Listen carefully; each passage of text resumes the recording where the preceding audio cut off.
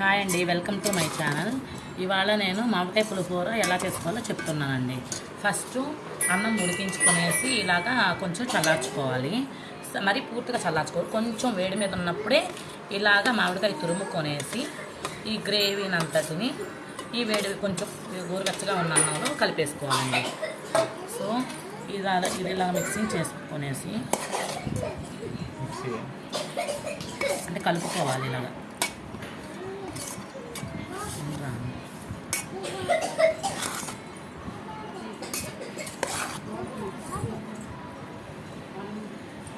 ఇలా కొంచెం కలుపుకున్నాం. కొంచెం సాల్ట్ కూడా వేసుకోవాలి దీంట్లో.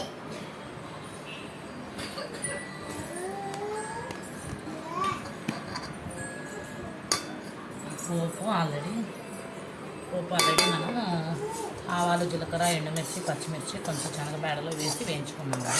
పల్లి ఇప్పుడు వేయట్లేదు, ఎందుకంటే కొద్దిసేపు చూస్తే నెక్స్ట్ వీడియోలో చేసి చూపిస్తానండి. కొంచెం వేయించుకున్నాక ఎందుకంటే మెత్తగా అయిపోతున్నాయి అన్నమాట ఈ పోపులోనే వేరుశనగ పప్పులు వేస్తే. సో అందులో పల్లీలు మళ్ళీ సపరేట్గా వేయించుకొని దీనిలో కలిపేస్తానండి.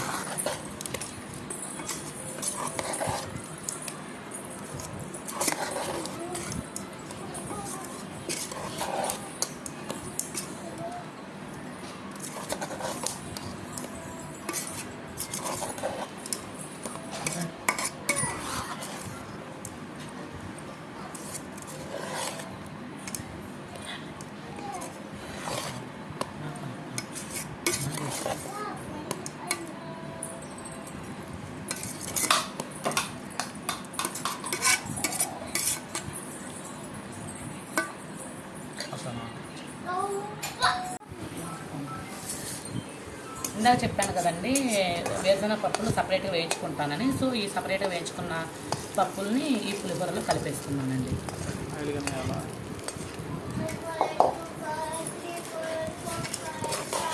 సో ఇలాగా మిక్స్ చేసుకున్నాక కొంచెం మీకు సాల్ట్ సరిపోయిందో లేదో ఆప్షన్. సో ఇంకా మామిడికాయ పులిహోర రెడీ అయిందండి. సో ఇంకా మనం ప్లేట్లో పెట్టేసుకొని తినేసేయడమే.